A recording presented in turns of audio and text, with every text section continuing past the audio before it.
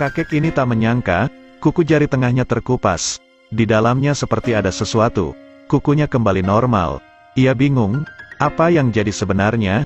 Tiba-tiba, tangannya keluarkan sesuatu, seperti water jet untuk membasuh mobil. Dia malah kaget, ia memeriksa tenggorokannya, manalah tahu sesuatu yang tersembunyi. Lalu ia terpicit satu Swiss, lalu wajahnya terpisah dari kepala. Anjingnya bingung.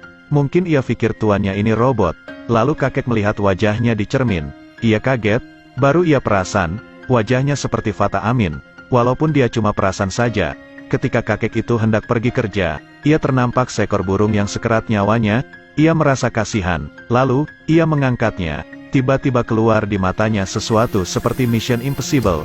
Ia terus secara otomatis mengobati burung itu. Tiba burung itu sihat dan boleh berdiri serta terbang. Kakek itu merasa senang.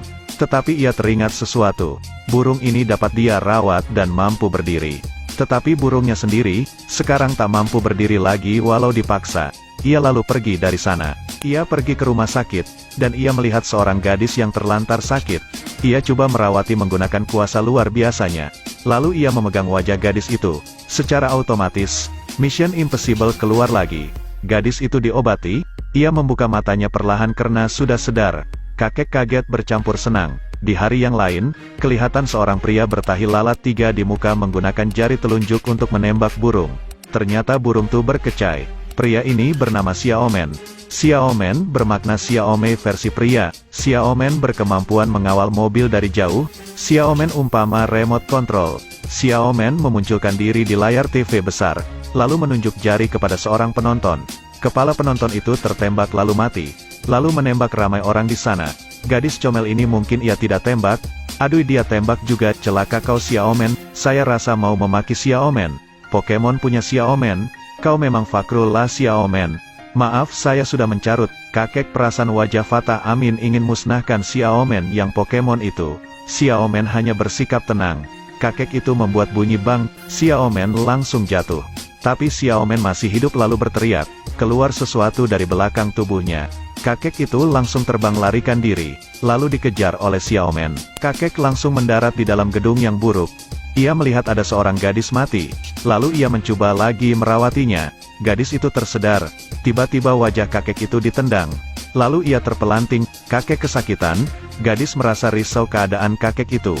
Kaki kakek dipegang lalu diumban ke atas, lalu ditumbuk sekali, 2 kali, 3 kali, 4 kali. Sengsara tubuh si kakek. Wajah kakek terbuka skrunya.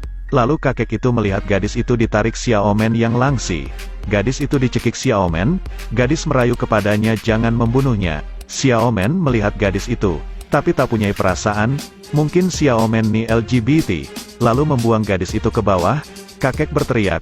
Ia mengeraskan tubuhnya. Wajahnya terbuka luas. Dalam wajahnya terkumpul sesuatu kekuasaan. Lalu ia terbang ingin menghentam Xiaomen. Xiaomen tenang, lalu menyerang bersama. Kakek gunakan sepenuh kuasa, berjaya menghentam tubuh Xiaomen hingga berkecai. Lalu ia menjunam ke bawah untuk menyelamatkan gadis itu. Akhirnya ia berjaya menyelamatkannya. Cerita tamat. Pelajarannya di sini. Janganlah picit bawah dagu kakek kamu. Berharap kakek kamu robot, nanti kamu ditampar. Jangan salahkan saya ya.